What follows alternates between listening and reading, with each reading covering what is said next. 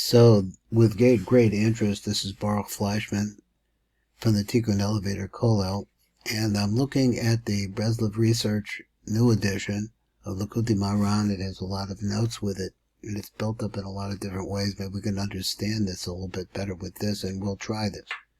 Because Likutei Maharan is a very powerful book in a very sweet, beautiful way.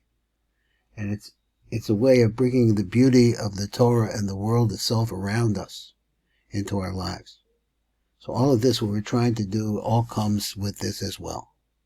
So he quotes this, well, at any rate, this is the beginning of the book. It says, with the help of the exalted God, possessor of heaven and earth, who gave us his Torah from the wilderness to Matana. That's all different places in the desert.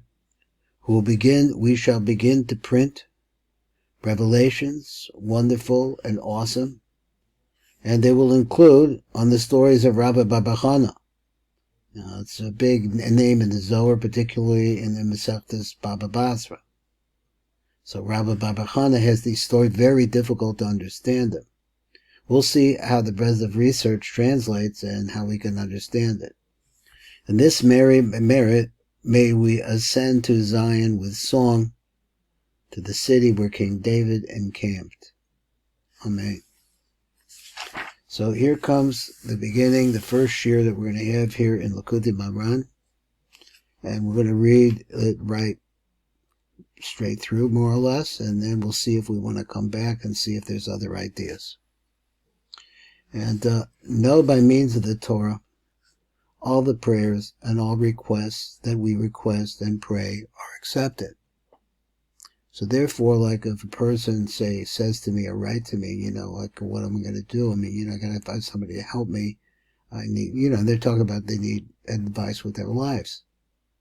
And here's a Rebbe says like this. He says, these are actually, these things that we worry about so much are actually our prayers.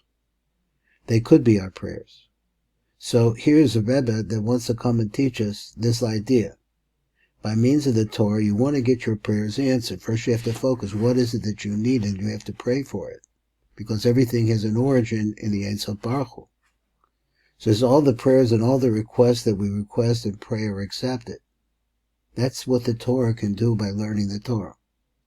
The grace and importance of the Jewish people are thus enhanced and elevated in the estimation of all. So as we learn Torah, then we grow,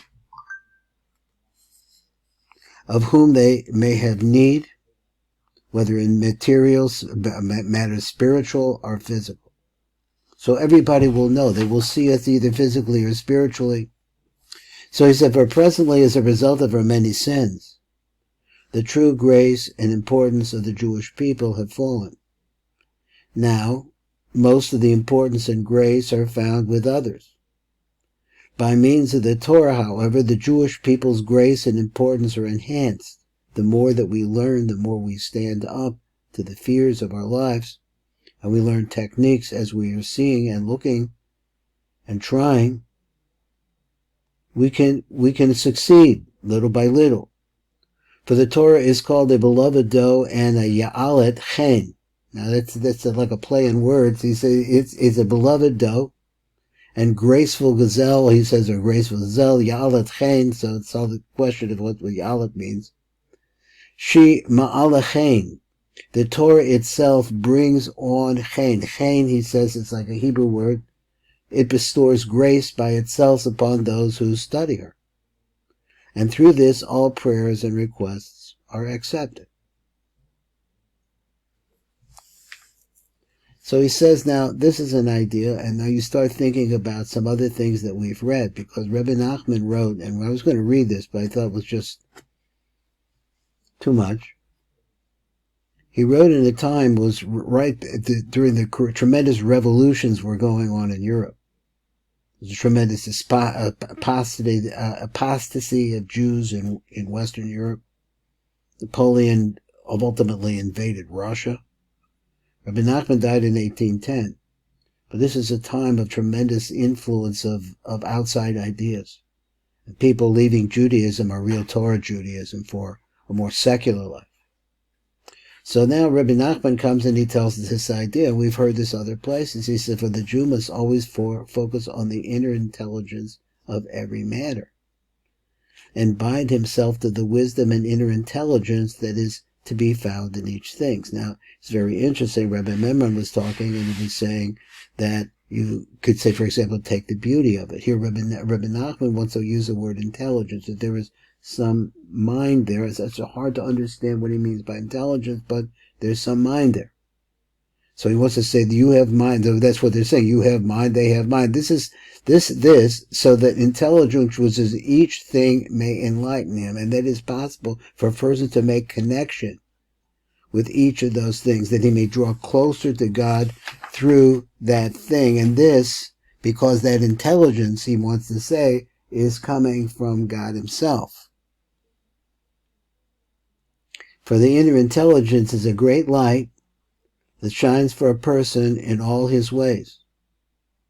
It is written, a person's wisdom causes his countenance to shine. These are all very beautiful and poetic words. So then the Rebbe shifts. He says like this.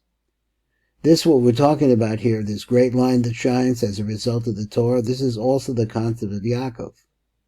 Now, how do we get to that?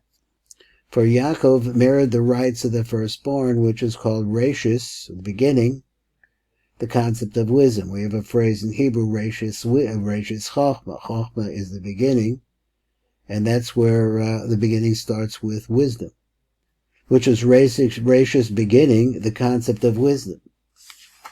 Let's go on. And then he says, Bechinas Chochma. It's also known in Kabbalah as Chochma. So he gives a site reference over here. It comes to the Tikkun Zohar, etc. Kamosha Kasa, like it says, Rashis Chochma. This is what I said, that the beginning is Chochma. There'll be Chochma from Chochma, that's spherical Chochma. So the spheres go like this, Keser Chochma Bina.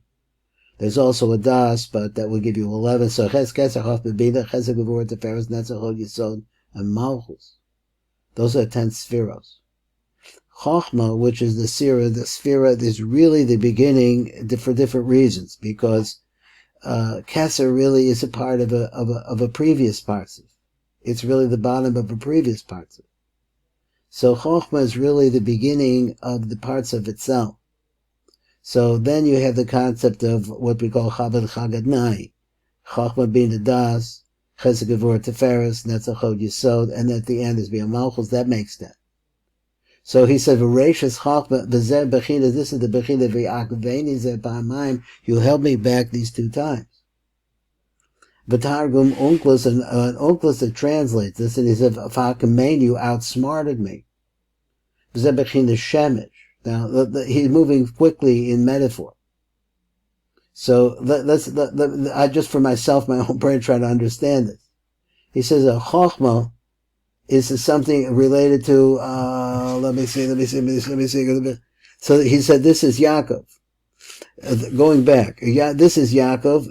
For Yaakov married the rights of the firstborn, which is Rashis, which is the beginning, which is the concept I said before of Chochma, that's Chochma. So he says, as in the verse, Rashis is wisdom.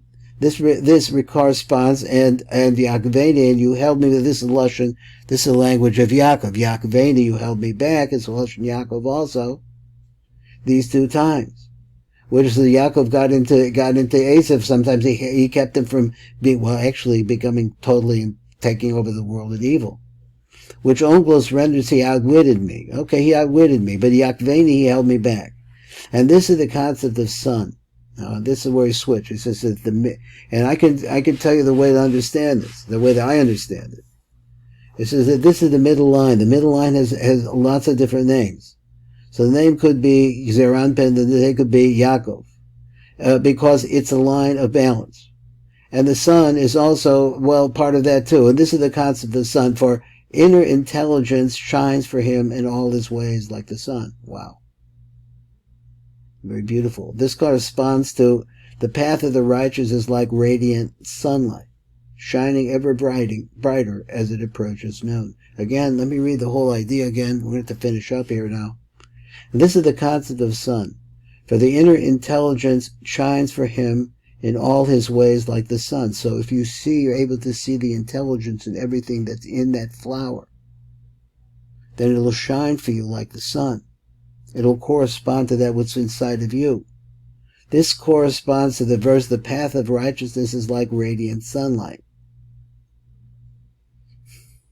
So that means when you tune into the Vekas, to the truth that we say, what he's saying was with the intelligence and in everything which is the truth, and that intelligence is the Ein of Baruch himself, is like radiant sunlight shining ever brighter as it approaches the noon, always getting brighter as the noontime comes.